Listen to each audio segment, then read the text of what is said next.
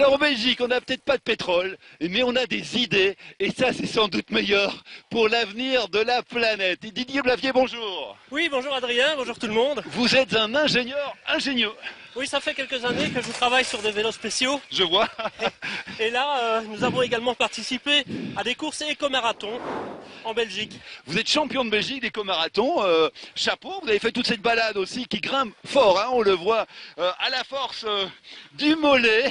Sur les Tigo, exactement. Oui, oui. Et vous développez aussi chez vous le Digodeb. On aime bien dans notre émission donner un coup de pouce aux gens qui créent une autre forme de mobilité. C'est votre cas et nous débarquons tout de suite dans les coulisses de l'exploit, votre atelier. Nous voici chez Didier Blavier. Didier est ingénieur civil. L'activité principale de ce Liégeois est l'invention de véhicules en tout genre qui favorisent néanmoins la mobilité douce et protègent ainsi l'environnement. Je suis passionné de vélo et de mobilité. Mes voisins m'ont appelé tournesol pas mal de temps. Donc en effet, il y a plusieurs véhicules. J'ai porté mes choix pour essayer d'utiliser chaque fois des véhicules adaptés à mes besoins ponctuels. Et donc j'ai décidé de me passer le plus possible de ma voiture et d'utiliser alors des vélos.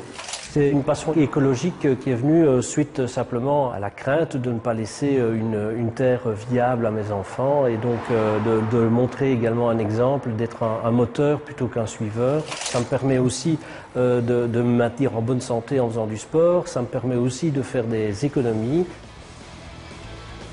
Le garage de Didier Blavier déborde de véhicules hors du commun. Mais parmi toutes ces inventions, la plus efficace et originale est sans conteste le Digodeb, le vélo le plus rapide du monde.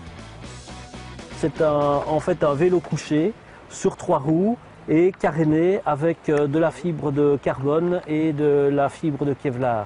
On ne fait pas que pédaler puisque on a également une assistance électrique qui est disponible comme sur un vélo classique, avec une roue moteur à l'arrière, une batterie ici à l'intérieur et donc une assistance électrique au moment où on pédale.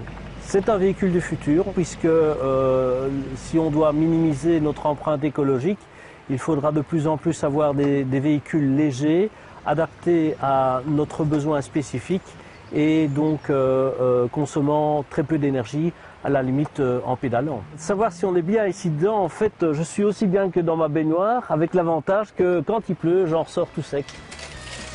Accrocheur, révélateur, durable et innovateur, cet engin du futur n'a visiblement que des qualités. Bon ben, il est temps de ranger sa voiture au garage alors.